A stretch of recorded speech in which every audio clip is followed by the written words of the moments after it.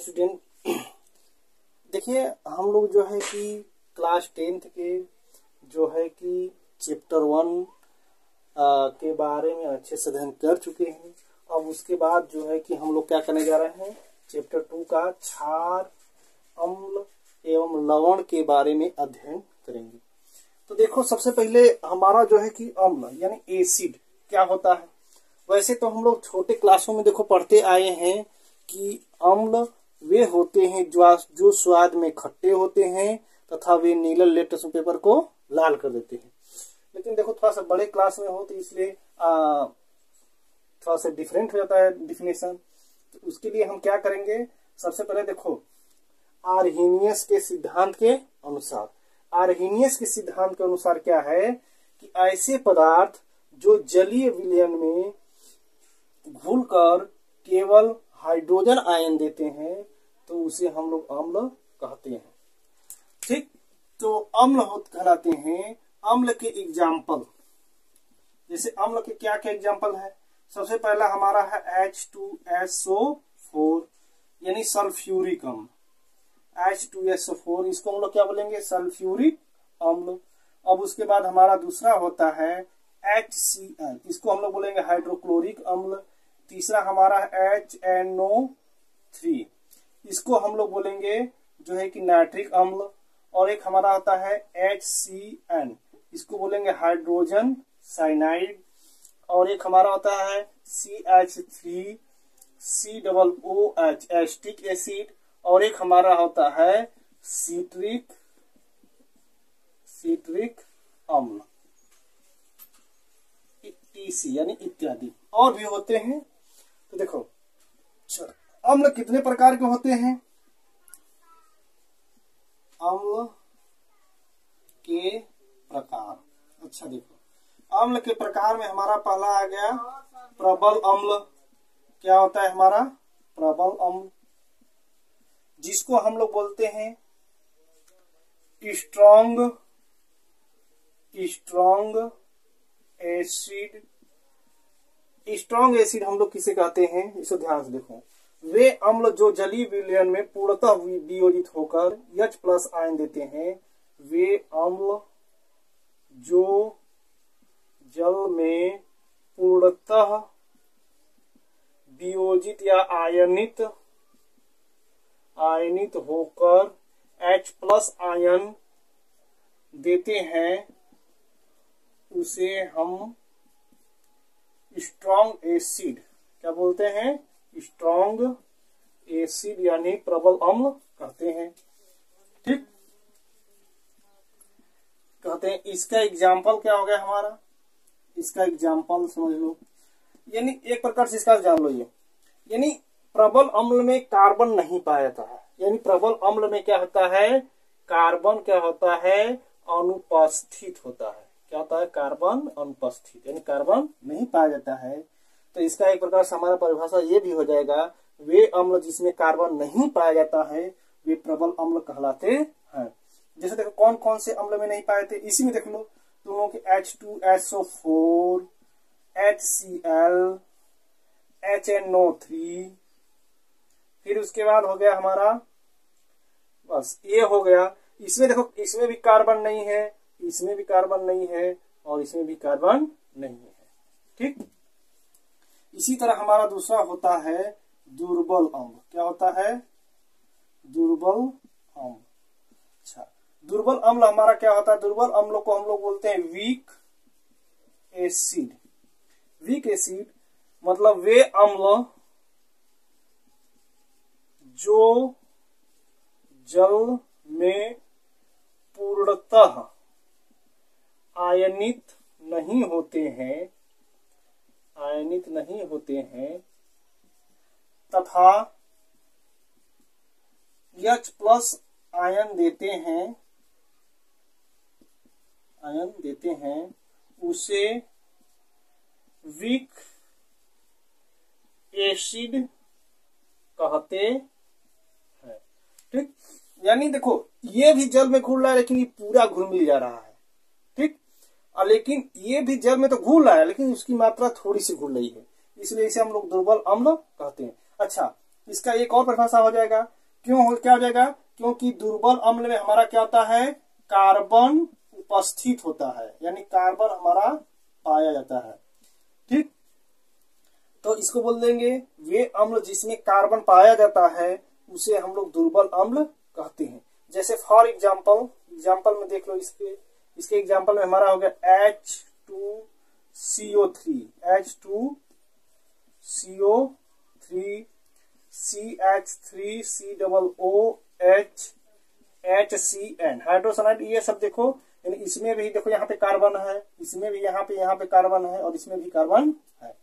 ठीक, अब इसके बाद एक हमारा आता है सांद्र अम्ल किसे कहते हैं। क्या होता है हमारा तीसरा नंबर हमारा हो गया सांद्र अम्ल। सांद्र अम्ल किसे कहते हैं, ध्यान से देखना, जिसमें अम्ल की मात्रा अधिक, यानी जिस विलयन में, देखो जिस विलयन में क्या होता है, जिस विलयन में अम्ल की मात्रा अधिक तथा जल की मात्रा कम हो उसे सांद्र अम्ल कहते हैं। उसे क्या कहते हैं, सांद्र अम्ल कहते हैं। कम को हम लोग अल्प भी बोल सकते हैं, कम को हम लोग और क्या बोल सकते हैं, अल्प, क्या बोल सकते हैं, यानी वह विलयन जिसमें अम्ल की मात्रा अधिक तथा जल की मात्रा अल्प हो उसे हम लोग सांद्र अम्ल कहते हैं। चौथा हमारा मान लो एक प्रकार से होता है तनु विलयन। क्या होता है, अरे तनु अम्ल, क्या होता है, तनु अम्ल। तनु अम्ल में देखो क्या होता है, तनु अम्ल ठीक इसका उल्टा होता है, वे विलयन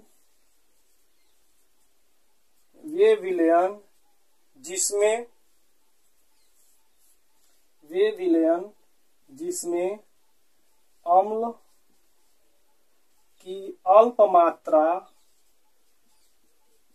तथा जल अधिक मात्रा में हो तो उसे तनु अम्ल कहते हैं। ठीक, देखो अब हम लोग अम्ल के भौतिक गुण के बारे में जानेंगे। अम्ल का भौतिक गुण क्या होता है, सबसे पहला हमारा अम्ल क्या होता है, अम्ल स्वाद में खट्टे होते हैं। क्या होते हैं, खट्टे होते हैं।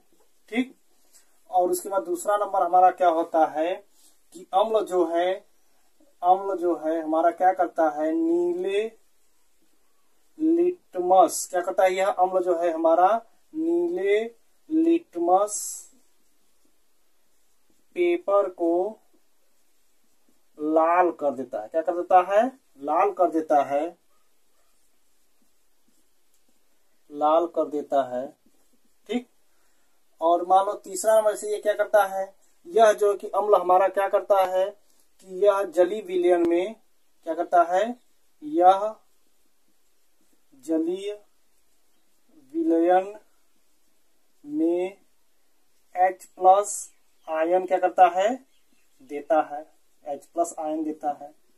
ठीक, और उसके बाद जो है चौथा नंबर हमारा समझ लो, ये क्या होता है, अम्ल जल में घुल मिल जाता है। क्या करता है भाई, अम्ल जल में क्या होता है, जल में विलेय होता है। क्या होता है, जल में विलेय होता है। ठीक, अच्छा, विलेय होने के बाद यानी जब जल में पूरा घुल जाता है, जल में क्या करता है, घुलने पर यह क्या करता है, ऊष्मा उत्पन्न करता है। क्या करता है, ऊष्मा उत्पन्न करता है। इसलिए हम लोग इसे ऊष्मा क्षेपी अभिक्रिया भी कह सकते हैं। क्या कह सकते हैं, ऊष्मा क्षेपी अभिक्रिया भी कह सकते हैं। ठीक, अब देखो एक बात ये ध्यान दे लो, जैसे इसको हमको याद करना है तो कैसे करेंगे, जैसे अम्ल को ABR। ए का मतलब हमारा हो गया एसिड, बी का मतलब हो गया ब्लू, आर का मतलब हो गया हमारा रेड। ठीक, अब देखो यानी एसिड मतलब हो गया हमारा अम्ल, ब्लू का मतलब हो गया नीला, रेड का मतलब हो गया लाल। यानी अम्ल क्या करता है, नीले लिटमस पेपर को लाल में बदल देता है। ठीक, यानी ये याद कर लेना, अम्ल के लिए फार्मूला जो है कि याद कर लेना। यानी अम्ल हमारा क्या करता है, नीले लिटमस पेपर को लाल कर देता है। ठीक, अब उसके बाद हम लोग आते हैं अम्ल के रासायनिक गुण। क्या आता है हमारा, अम्ल के रासायनिक गुण। अम्ल जो है हमारा क्या करता है, अम्ल क्षार के साथ अभिक्रिया करके क्या बनाता है, लवण तथा जल बनाता है। क्या बनाता है, लवण तथा जल बनाता है। ठीक, जैसे इसका यानी जो है कि हमारा अगर हम यहाँ पे मान लो सपोज दैट इसका जैसे मान लो, जैसे यहाँ पे हमारा हो गया अम्ल प्लस क्षार, जब ये दोनों अभिक्रिया करेंगे तो एक हमारा लवण बनाएगा और प्लस उसके बाद हो जाएगा जल। क्या बना देगा, जल। ठीक, क्या बना देगा, जल, जल। ठीक, अब इसी आधार पे हमको समझ लो, जैसे हमने मान लो कोई अम्ल ले लिया, एक ठो अम्ल के रूप में हमने ले लिया हाइड्रोक्लोरिक अम्ल, प्लस उसकी अभिक्रिया हमने एक क्षार NaOH के साथ हमने करा दिया। तो अब उसके बाद जब ये क्षार के साथ हमने अभिक्रिया कराया तो सबसे पहले एक तो जल बनेगा, एक लवण। मान लो सबसे पहले हमने यहाँ पे क्या बना दिया, जल H2O। मैंने इसमें से एक EH निकल गया, यहाँ से EH निकल गया, और फिर इसके बाद यहाँ से ऑक्सीजन भी निकल गया, बचा हमारा क्या, सोडियम और यहाँ क्लोरीन। तो सोडियम और क्लोरीन का जो है बहुत पुराना दोस्ती है, ये कभी अपना साथ जल्दी छोड़ते नहीं है। ठीक, इसका नाम हो गया, यानी ये हमारा क्या है, अम्ल है। क्या है, हाइड्रोक्लोरिक अम्ल है। और ये क्या है, सोडियम हाइड्रोक्साइड, एक क्षार है। अभी देखो क्षार और अम्ल और क्षार का जब हम अभिक्रिया करा रहे हैं तो ये हमारा सोडियम क्लोराइड एक लवण प्राप्त हुआ, और इसके बाद ये हमारा क्या प्राप्त हुआ, एक जल। इसी तरह हमारा दूसरा जो है कि रासायनिक अभिक्रिया का गुण लेंगे। दूसरा मान लो अगर हम तनु अम्ल का, किसका करते हैं, तनु अम्ल का अभिक्रिया हम क्या कराएंगे, तनु अम्ल का जो है कि अभिक्रिया हम लोग जो है कि सक्रिय धातुओं से कराएंगे। किससे, हाइड्रोजन से अधिक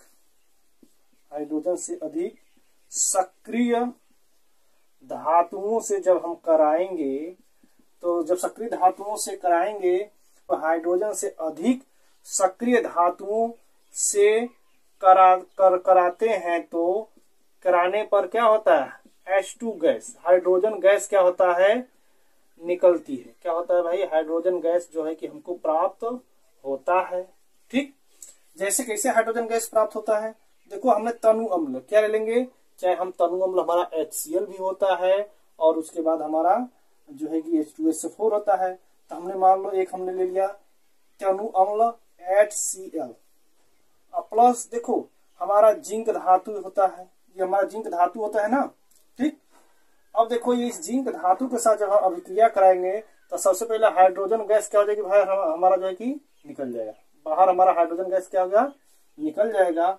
अब उसमें हाइड्रोजन जब निकल गया तो हमारा क्या बचा, जिंक और क्लोरीन।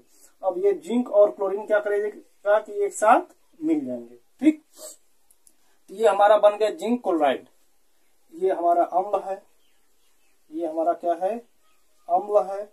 और ये जिंक हमारा क्या है, धातु है। और ये क्या है, जिंक क्लोराइड जो है कि हमारा ये जिंक क्लोराइड बन गया और ये गैस बन गया। अब इसी तरह मान लो अगर हमने तीसरा कोई एग्जांपल ले लिया, तीसरा एग्जांपल में अगर इसकी अभिक्रिया हम कार्बोनेट तथा बाई कार्बोनेट के साथ कराते हैं तो